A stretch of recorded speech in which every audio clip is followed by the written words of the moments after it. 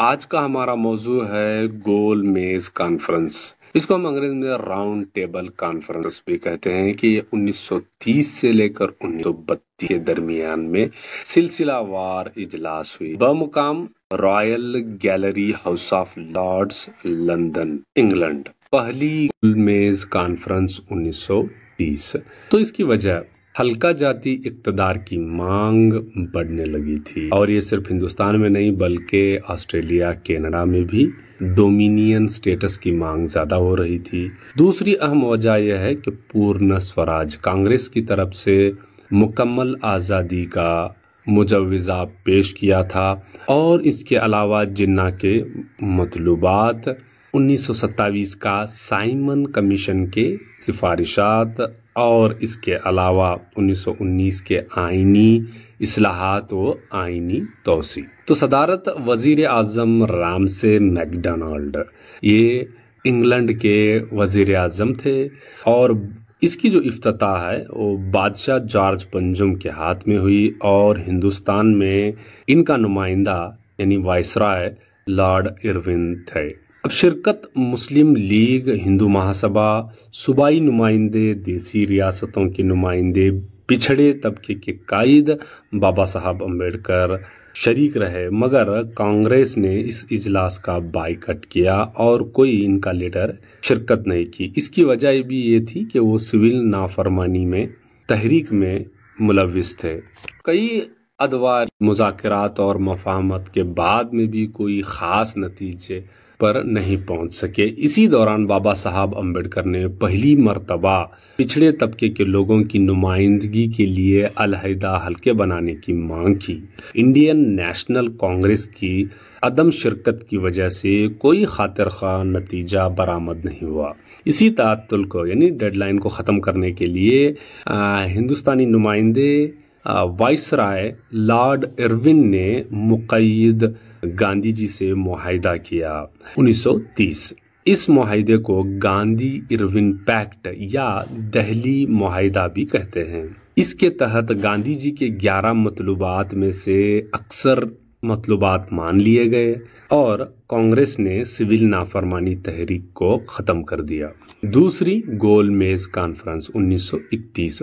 دوسری گول میز اجلاس میں شرکت کے لیے کانگریس کی طرف سے گاندھی جی، سروجنی نائیڈو، مدن موہن مالویہ، اور پچھڑے طبقے کی نمائندگی بابا صاحب امبیڈکر اور مسلم لیگ کی طرف سے محمد علی جناح نے شرکت کی۔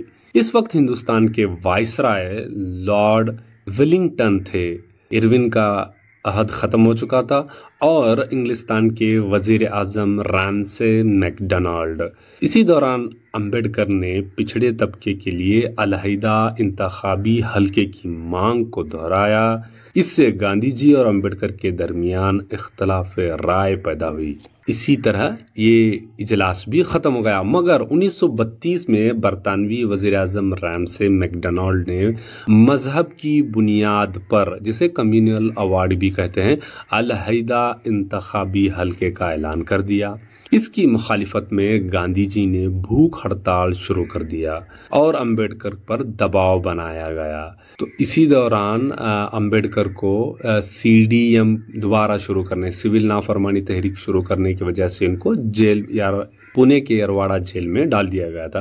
آخر کار مدن موہن مالویہ کی ثالثی سے پونہ معاہدہ طے پایا، اور اسی کی بدولت پچھڑے طبقے کے لیے 71 علیحدہ انتخابی حلقوں کے بجائے 148 حلقے صوبائی اسمبلی میں مختص یعنی ریزرو کر دیے گئے، اور مرکزی حکومت میں یعنی یونین گورنمنٹ میں 19% حلقے۔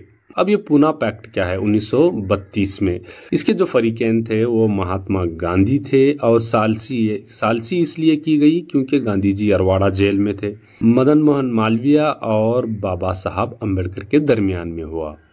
اب ہے تیسری گول میز conference, third round table conference 1932 برطانوی حکومت مرکز میں یونین گورنمنٹ اور ریاست میں صوبائی حکومت کی تشکیل دینا چاہتی تھی۔ اسی مقصد کے پیش نظر 1932 میں تیسری گول میز کانفرنس کا انعقاد ہوا۔ کانگریس برطانوی حکومت کی اصلاحات سے خوش نہیں تھے اور اس نے دوبارہ سول نافرمانی تحریک شروع کر دی۔ CDM سٹارٹ ہو گیا پھر سے۔ اس طرح سے وہ اس اجلاس سے غیر حاضر رہے، مگر برطانوی حکومت نے 1933 میں سفید پیپر یا وائٹ پیپرز شائع کی۔ یہی آئینی اصلاحات و سفارشات آگے چل کر 1935 میں گورنمنٹ آف انڈیا ایکٹ کے نام سے مشہور ہوئے۔ اب اس میں سے سوال یہ بن سکتا ہے کہ تینوں گول میز کانفرنس میں کس نے شرکت کی، تو اس کا جواب یہ ہونا چاہیے کہ پچھڑے طبقے کے نمائندے ڈاکٹر بابا صاحب امبیڈکر اور تیج بہادر سپرو۔